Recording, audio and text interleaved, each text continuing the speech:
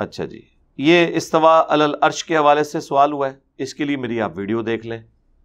قرآن پاک میں استوا علی العرش کی آیات بھی ہیں، ٹھیک ہے جی۔ امام مالک کا قول ہے اللہ کا عرش پہ استوا معلوم ہے، کتاب الاعتقاد امام بیہقی کی کتاب میں انہوں نے نقل کیا ہے۔ استوا علی العرش معلوم ہے، کیفیت مجہول ہے، یعنی یہ ان نون ہے، سوال کرنا بدعت ہے۔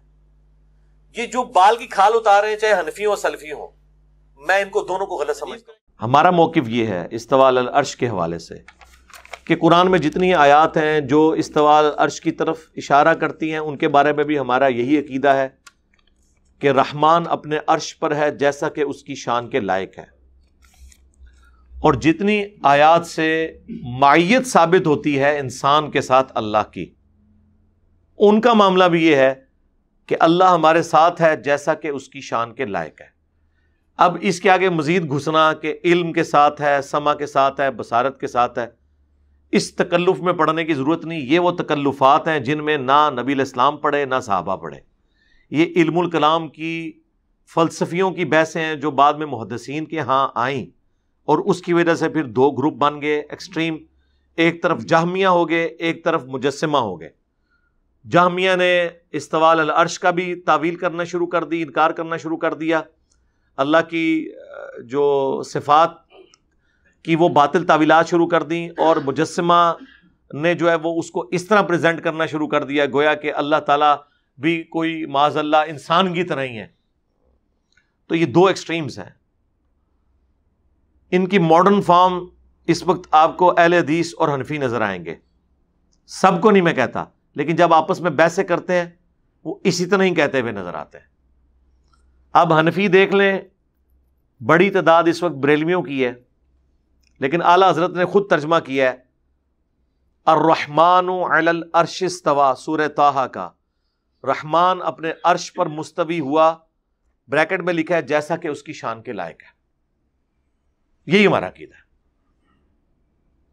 اب سورۃ المجادلہ کی جو آیت کہ تم تین نہیں ہوتے، چوتھا تمہارا رب تمہارے ساتھ ہوتا ہے، تم پانچ نہیں ہوتے، چھٹا تمہارا رب تمہارے ساتھ ہوتا ہے، نہ اس سے کم نہ اس سے زیادہ، وہ تمہارے ساتھ ہوتا ہے تم جہاں کہیں پر بھی ہو، بس وہ ہمارے ساتھ ہے جیسا کہ اس کی شان کے لائق ہے۔ چونکہ اللہ تعالیٰ اس فزیکل ورلڈ کی چیز نہیں ہے، کیونکہ فزیکل ورلڈ تو مخلوق ہے، اللہ کیا ہے؟ خالق۔ خالق کو مخلوق سے الگ کرنے کا نام ہی توحید ہے۔ تو لہٰذا ہم کوئی ایسی مثالیں نہیں بیان کر سکتے، یعنی جب ہم کسی کو کہتے ہیں اللہ تعالیٰ ہمارے ساتھ ہے، نحن اقرب الیہ من حبل الورید، اللہ ہماری رگ جاں سے زیادہ ہمارے قریب ہے۔ اس طریقے سے سورۃ البقرہ میں ہے تم جہاں کہیں بھی رخ کرو اللہ ہی کا چہرہ پاؤ گے۔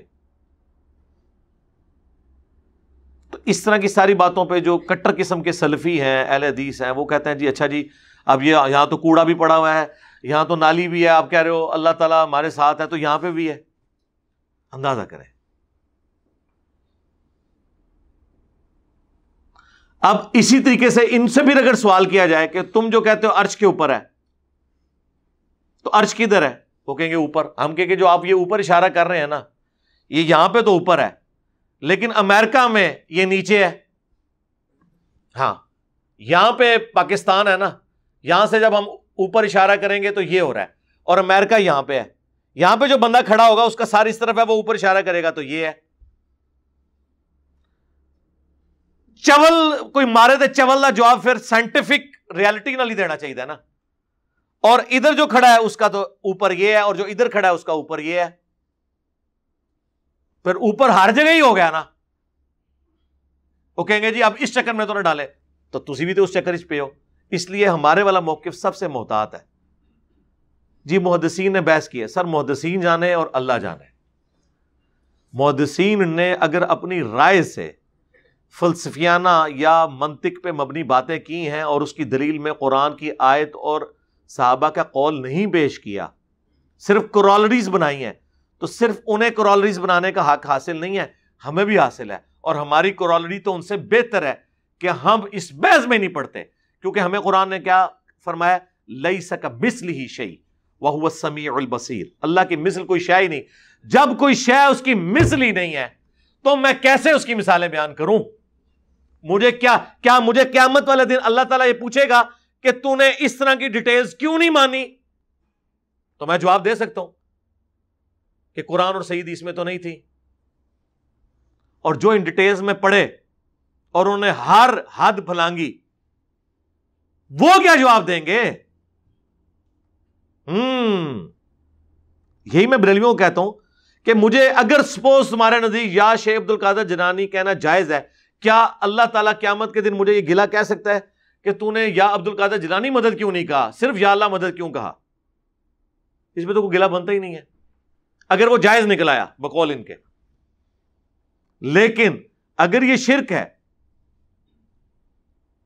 تو تیرا کیا بنے گا کالیا؟ ہاں ہم تو بچ گئے. پیچھے رہنے میں احتیاط. تو یہ اس طرح کی بحثیں سٹارٹ ہوئی. دونوں طرح کی آیات موجود ہیں. سورہ واقعہ میں آیا کہ جب کسی کی روح نکل رہی ہوتی ہے ہم اس سے زیادہ، تم لوگوں سے زیادہ اس کے قریب ہوتے ہیں لیکن تمہیں نظر نہیں آتے. اب علماء عرب پہ ایسا تعصب طاری ہوا، انہوں نے کہا یہاں ہم سے مراد اللہ کے فرشتے ہیں، اللہ نہیں ہے. کیونکہ انہیں پھر یہ ماننا پڑنا تھا کہ اللہ کی مائیت ہمیں اس طرح کی ماننی پڑ جائے گی. نحن اقرب الیہ من حبل الورید، ہم رگے جاں سے زیادہ اس کے قریب ہوتے ہیں. کیا یہ فرشتے مراد ہیں، یہ اللہ نہیں ہے. یہ ہوتی ہے جب کسی کی مات ماری جائے تو اس طرح کی تعویلات شروع کر دیتا ہے. ایک حدیث ان کے پورے عقیدے کو کھا جاتی ہے. بخاری اور مسلم دونوں میں حدیث ہے. نبی علیہ السلام ایک سفر میں تھے، صحابہ بلند آواز سے کہہ رہے تھے سبحان اللہ، کوئی کہہ رہا تھا الحمدللہ، کوئی کہہ رہا تھا اللہ اکبر. آپ نے فرمایا کہ تم کسی بہرے اور غائب کو نہیں سنا رہے، اتنی اونچی آواز سے نعرے کیوں لگا رہے ہو؟ لہذا یہ جو اتنے ذرا اونچی بولو، ہاں اے قرآن دی سی ثابت نہیں اونچی بولو. آپ فرمایا تم کسی بہرے اور غائب کو تو نہیں سنا رہے، تم اس کو سنا رہے ہو جو تمہاری سواری کی گردن سے بھی زیادہ تمہارے قریب ہے. یعنی اونٹ پہ جب انسان بیٹھا ہوتا ہے تو سواری کی گردن اس کے بالکل قریب ہے، اس سے بھی زیادہ تمہارے قریب ہے جسے تم سنا رہے ہو. تو آہستہ آواز میں ذکر کرو. اور پھر آپ نے فرمایا کیا میں تمہیں جنت کے خزانوں میں سے خزانہ نہ دوں؟ ہائے ہائے ہائے. یہ ہم نے اپنے صبح شام کے اذکار کارڈ میں سے بلو کارڈ میں ڈالا ہے، لا حول ولا قوت الا باللہ، جو میرا تکیہ کلام ہے ہر دفعہ ممبر پہ چڑھتے ہوئے، کہ نہیں ہے طاقت نیکیاں کرنے کی اور نہ ہمت ہے گناہوں سے بچنے کی مگر اس کی توفیق سے. یہ اسم اعظم ہے. جنت کے خزانوں میں سے ایک خزانہ نبی علیہ السلام نے فرمایا مجھے اللہ نے دیا ہے. اللہ کی بہترین حمد بھی ہے. آپ نے سب کچھ اللہ کے سپرد کر دیا. اچھا، اس حدیث کے اندر نبی علیہ السلام نے کیا مثال بیان فرمائی؟ تم کسی غائب اور بہرے کو نہیں سنا رہے. تو اس کا مطلب ہے جسے سنا رہے ہو وہ سننے والا ہے اور غائب نہیں ہے. جو غائب نہ ہو اسے کیا کہا جاتا ہے؟ حاضر. اہل حدیث حاضر و ناظر کا لفظ بھی نہیں بولتے، وہ کہتے ہیں حاضر بولا تو پھر وہی ہو جائے گا، ادھر ہے عالم و ناظر بولتے ہیں. ہاں یہ دیوبندی بریلوی حاضر و ناظر بولتے ہیں. اہل حدیث کے نزدیک حاضر و ناظر کہنا بھی شرک ہے.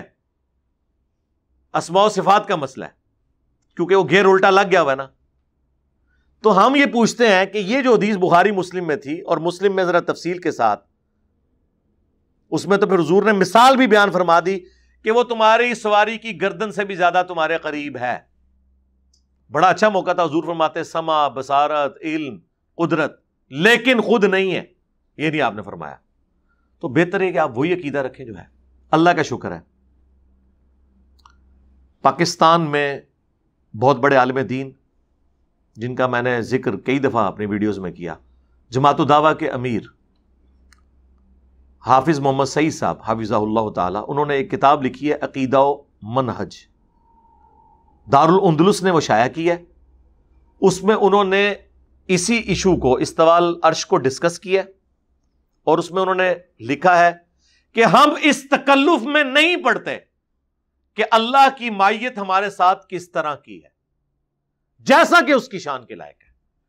یہ انہوں نے سمجھے کہ اہل حدیث کا ایک جو پورا مسئلہ تھا نا، اسے پیسیفک اوشن میں جا کے پھینک دیا.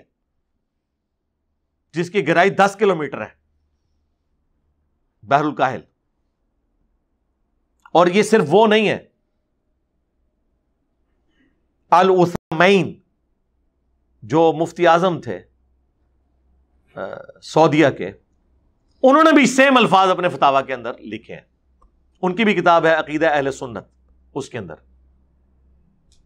اور اس سے بھی بڑھ کر پاکستان میں سمجھتا ہوں قابل احترام میرے لیے بہت بڑی شخصیت ہے، جماعت الدعوہ کے، وہ سمجھ لیں پاکستان لیول کے محدث کہہ لیں یا مفسر کہہ لیں. انہوں نے تفسیر لکھی ہے قرآن حکیم کی کئی جلدوں کے اوپر، عبدالسلام بن محمد. انہوں نے بھی باقاعدہ سورۃ الحدید کی تفسیر میں سیم یہی الفاظ لکھے ہیں کہ ہم اس تکلف میں نہیں پڑھتے. تو میں یہ بہت بڑی کامیابی سمجھتا ہوں کہ 3 بڑے سلفی علماء نے یہ ایڈمٹ کر لیا ہے کہ اس مسئلے میں زیادہ گڑبڑ کرنے کی ضرورت نہیں ہے.